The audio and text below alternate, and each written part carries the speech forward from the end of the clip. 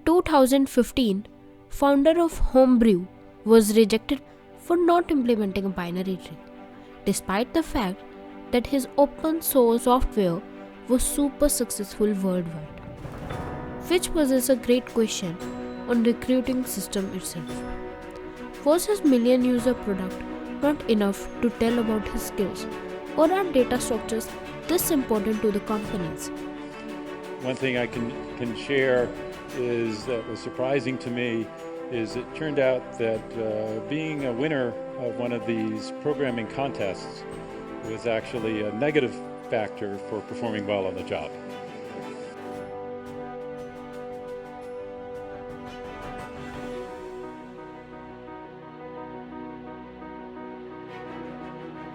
%70% of the students spend hours and hours to learn data structures with the only motive to get a job.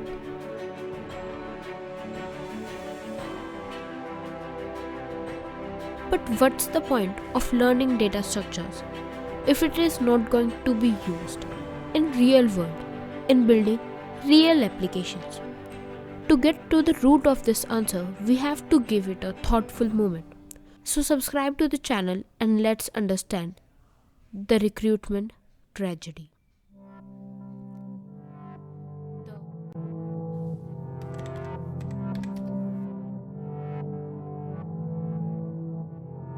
Part 1. Let's understand firstly what is competitive programming, or rather I should say, why should we practice competitive programming?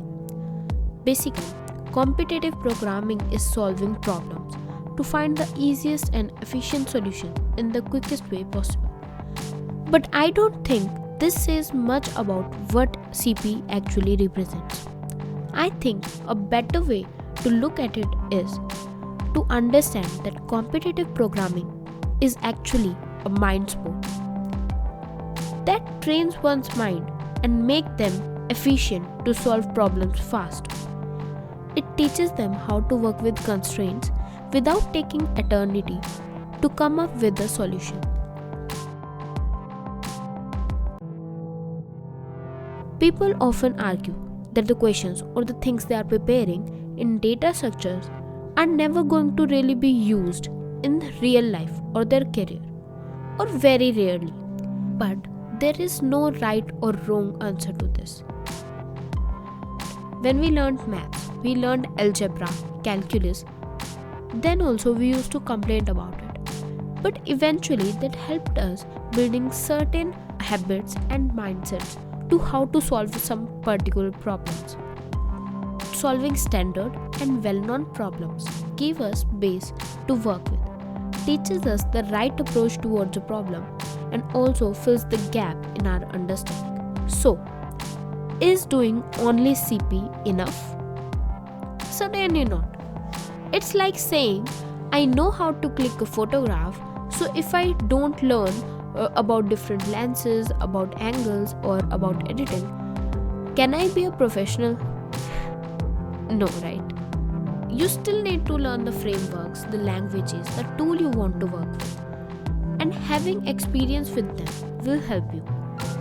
But if a person have a lot of experience in all the frameworks, is it still needed to be good at algorithms? Let's understand this by getting a deep into how do companies recruit. So let's go to the part 2.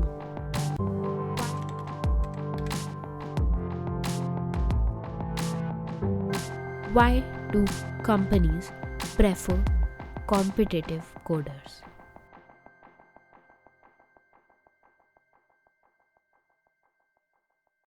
If you are a recruiter, you need a good developer. How will you choose a perfect candidate?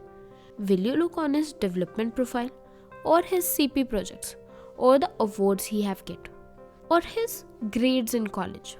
What are you going to choose? How will you make sure that you are buying an asset with the money for the company?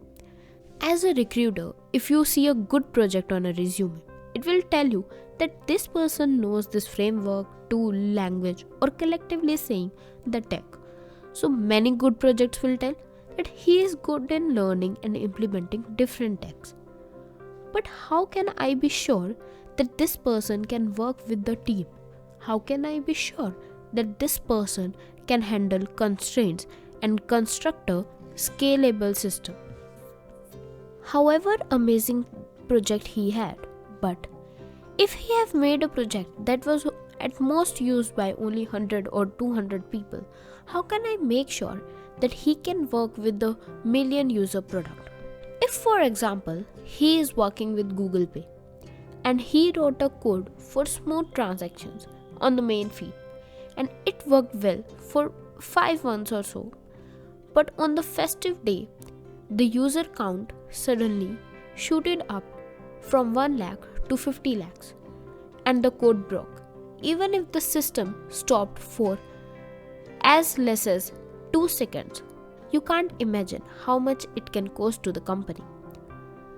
So, what a recruiter can do to be sure that his code can be trusted? So, here comes competitive coding. So, if we add a little bit advantage of competitive coding in our candidate, maybe he can be a perfect one. So now our new candidate is a competitive programmer who has several decent projects. Is he a perfect match? But wait a minute. How can I be sure that he knows how to talk and behave in front of others? When a company employs a person, its name gets associated with it. For example, if a person who works in Google get arrested, then most probably the news is going to be a Googler got arrested for the case of child abuse. So why Google is highlighted here? So here comes the company's reputation. So as a recruiter, how can you make sure that this don't happen? Well, you will look for group projects, roles, or sometimes you will ask about the problems he had faced in groups. And other things you can do currently is to actually see his behavior.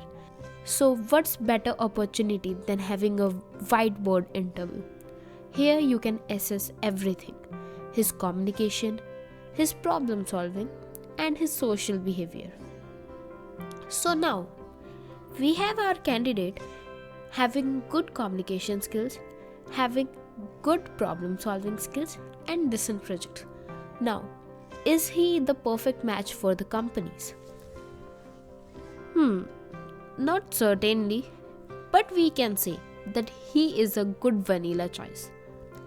All other things like having consistent good grades, which will tell that he will work hard no matter if he likes the subject or not, or having a good college, or having good competitive ranks, or other societies related stuff which will tell you that he is a very good social person.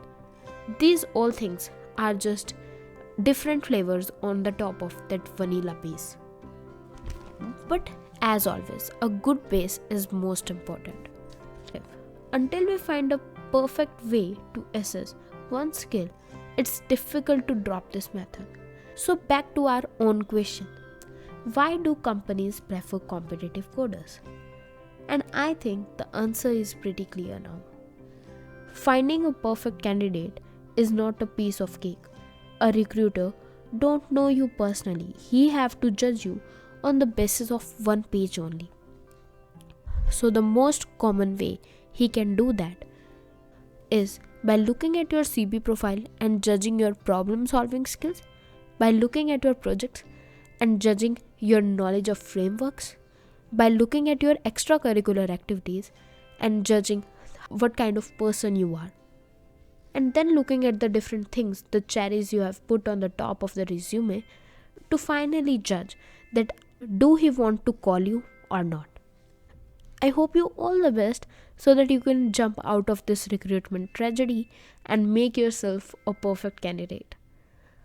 Until next time, share this video with your friends, subscribe to my channel, and I will see you all next time.